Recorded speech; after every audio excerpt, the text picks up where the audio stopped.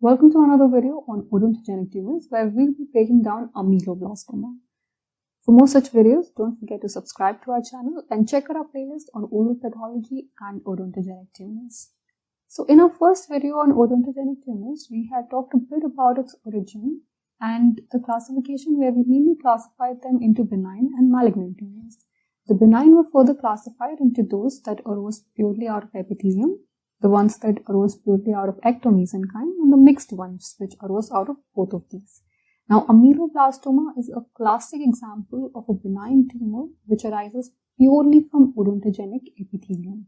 Okay, so this is a locally aggressive benign tumor which arises from odontogenic epithelium. Over the years, it has acquired a lot of different names such as odontoma, odontogenoblastoma, the multilocular cyst, and more recently the ameloblastoma. The notable thing about this is that in 1885, Molasses called it the odontoma, and odontoma in Greek refers to very hard. So this implied some sort of a hard tissue formation. But we now know that there is absolutely no hard tissue formation in ameloblastoma. Okay, the cells do not reach that level of differentiation. So in 1934, Ivy and Churchill renamed it to the ameloblastoma. Okay, it was described by Robinson as a unicentric, non-functional, intermittent in growth, benign, clinically persistent tumor. It is the second most common odontogenic neoplasm, only second to odontoma, and in India it is the most common ameloblastoma. The most common odontogenic tumor. Its pathogenesis, there are numerous studies that have been done, but the most common ones, they indicate the origin from the remnants of the dental lamina or the Hertwig's epithelial root sheath. It might be because of disturbances in the developing enamel organ. It might be because of the epithelium of odontogenic cysts. It might be because of the basal cells of the surface epithelium, and also it might be because of heterotopic epithelium in other parts of the body, such as the pituitary gland. Clinically, there are two main things here, which is the age and the site. So, although the age has been seen in a wide spectrum, okay, it has been seen in individuals from 10 to 90 years of age. The median age of occurrence is between 33 and 39 years. Okay, so this commonly affects individuals in the mid-age. The other thing is that the most common site of predilection is the mandible. Okay, this is the classic thing where about 80 to 85% of all ameloblastomas, they occur in the mandible, and even so in the molar angle ramus area. So it would be this. This is the ramus and this is the angle. So this is the molar angle ramus area. Another 15% they occur in the maxilla and even so in the posterior maxilla, and there is another form which is extraosseous which might occur on the gingiva. Presentation, there are two main things. It is asymptomatic and it is painless. So usually in the starting it is small and asymptomatic.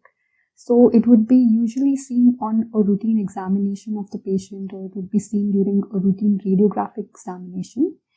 And the second thing is that because it is asymptomatic and painless, patients would tend to ignore it for a very long time. So that can allow it to grow to massive and grotesque proportions. So this is what you see here, right? You see a massive tumor in the mandible. Even in this case, pain and paresthesia is rather uncommon. And sometimes the bone becomes so thin that on palpation it would give an eggshell crackling sound. And it might also sometimes lead to pathological fractures. Before moving into the radiographical features and the histopathological features, I have two questions for you.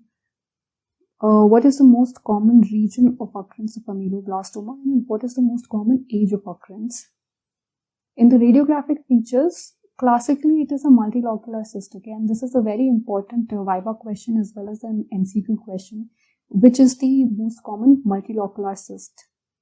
And sometimes it might be unilocular. So when it is multilocular, if the locules are big in size, they give a soap bubble appearance, like in this, and if they are small in size, they give a honeycomb appearance. The tumor can cause buccal and lingual cortical expansion. It can cause resorption of the roots of the adjacent teeth and also cause them to migrate, loosening of the teeth, Apart from that, it is also associated with unerupted third molar. Now, clinically and radiographically, there is a variant of ameloblastoma that defies all of these characteristics, okay? The classic characteristics that we have discussed so far is defied by the desmoplastic variant, because this more commonly occurs in the anterior maxilla and radiographically appears as a fibro-osseous lesion with areas of mixed radiolucency and radio-opacity. You will understand the reason for this better once we get into the histopathology. So getting into the histopathology, anytime you approach an odontogenic tumor, there are two main things that you look at. One is the stromal component and the other is the epithelial component. And we know that ameloblastoma is a benign tumor of epithelial origin. So here the epithelial component, it proliferates in islands, strands and cords. The other thing is that when looked in the high power, the epithelial cells, they have a particular pattern of growth, which is the ameloblast-like cells that you see. Okay, and these follow something called the Vicker-Gollan criteria. So what is the Vicker-Gollan criteria? This was a criteria given in 1970 to describe the ameloblastomatous transformation, where the cells are tall columnar. They have a hypochromatic nuclei which is polarized away from the basement membrane.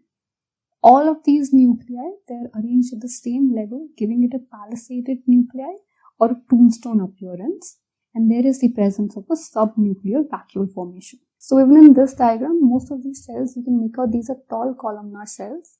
They have the nuclei polarized away from the basement membrane, and all of these are hyperchromatic and aligned at the same level, giving it a palisaded appearance. Here's another question for you. Which of the following is not part of the Vicker-Gollan criteria of ameloblastomatous transformation?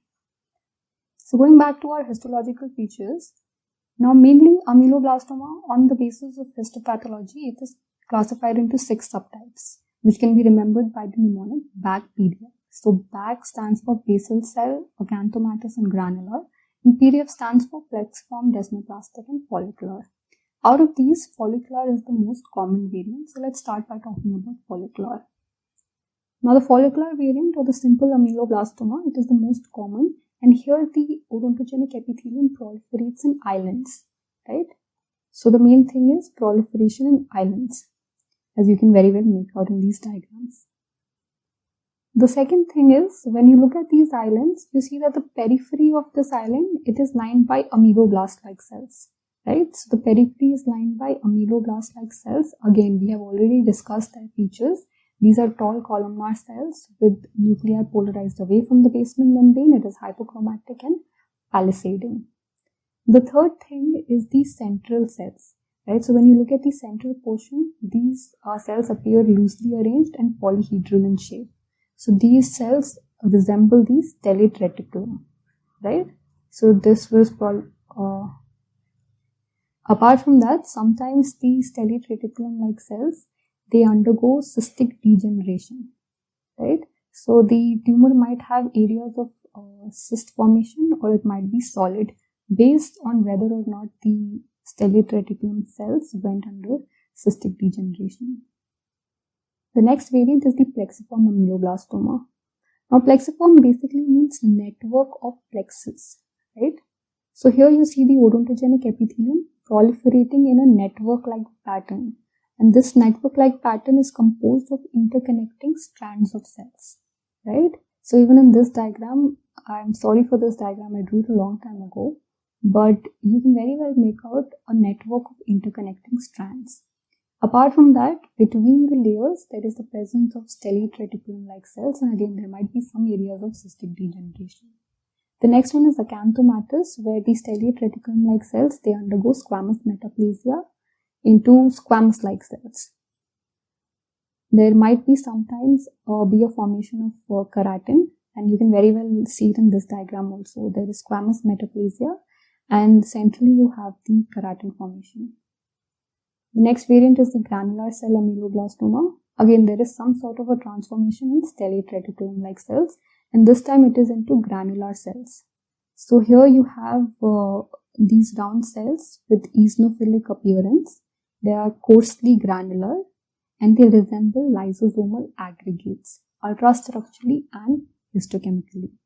Note that this is the most aggressive variant of ameloblastoma and it has the highest tendency to undergo malignant transformation. The next variant is the basal cell ameloblastoma. This is the least common variant, and as the name suggests, there is sheets and nests of basaloid cells.